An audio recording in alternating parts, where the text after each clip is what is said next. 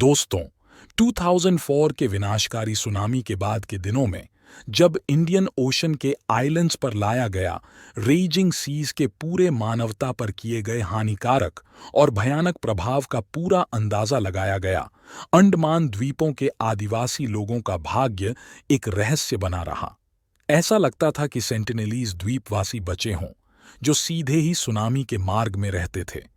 फिर भी जब हेलीकॉप्टर ने द्वीप पर नीचे से उड़ान भरी, एक सेंटिनेलीज व्यक्ति तट पर बाहर निकला, पायलट की ओर अपने तीर निशाने में लेते हुए, जिसके माध्यम से स्पष्ट रूप से कह रहा था, हम चाहते नहीं कि तुम यहां रहो।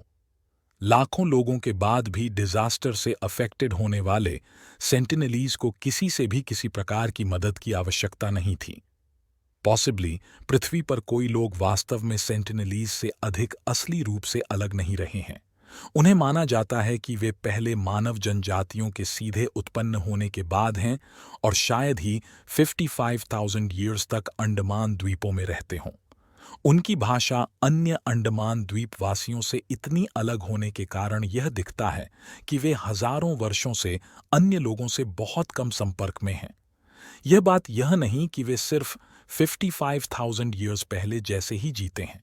उन्हें उदाहरण के रूप में पत्थर का युग माना जाता है, लेकिन वास्तव में वे धातु से उपकरण और वेपन्स बनाते हैं, जो उन्हें द्वीप के रीफ पर टूटी हुई जहाज़ों से प्राप्त होती हैं।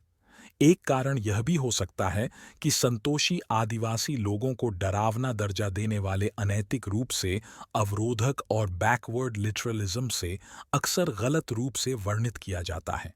उनके विदेशी बाहरी दुनिया के प्रति विरोध तथा जो केवल हिंसा और अपमान लाई है।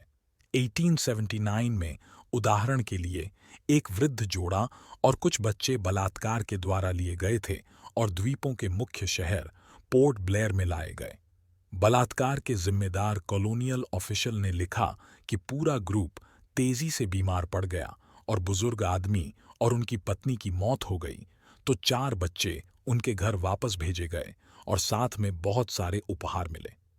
कम से कम 2 लोगों की मौत का जिम्मेदार माने जाने के बावजूद और शायद ही द्वीपवासियों में एक महामारी शुरू किया, उसी ऑफिशियल ने कोई अफसोस नहीं जताया, लेकिन केवल संतोषी आदिवासी लोगों के विचित्र चेहरे की अभिव्यक्ति और व्यवहार के विचार पर टिप्पणी की। एक वीडियो की मदद से, जो सेंटिनेलीज के द्वीप के तट पर लिया गया था, जो भारतीय सरकार के संपर्क अभियान के दौरान 1990 के दशक में हुआ था। द्वीपवासी स्पष्ट रूप से बहुत स्वस्थ, चौकस और फलने फूलने हैं, जिससे दिखाया जाता है कि वे किसी भी दुनिया के लिए हैं।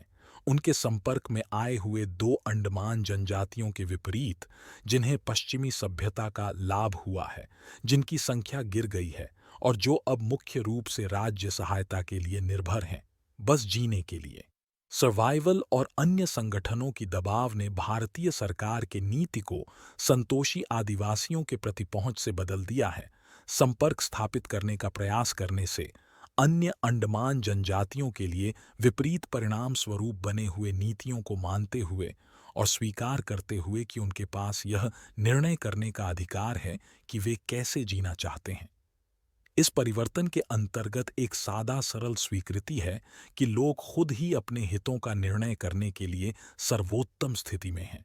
तो आज हमने वर्ल्ड्स अनकॉन्टैक्टेड ट्राइब्स के रहस्य के बारे में जाना।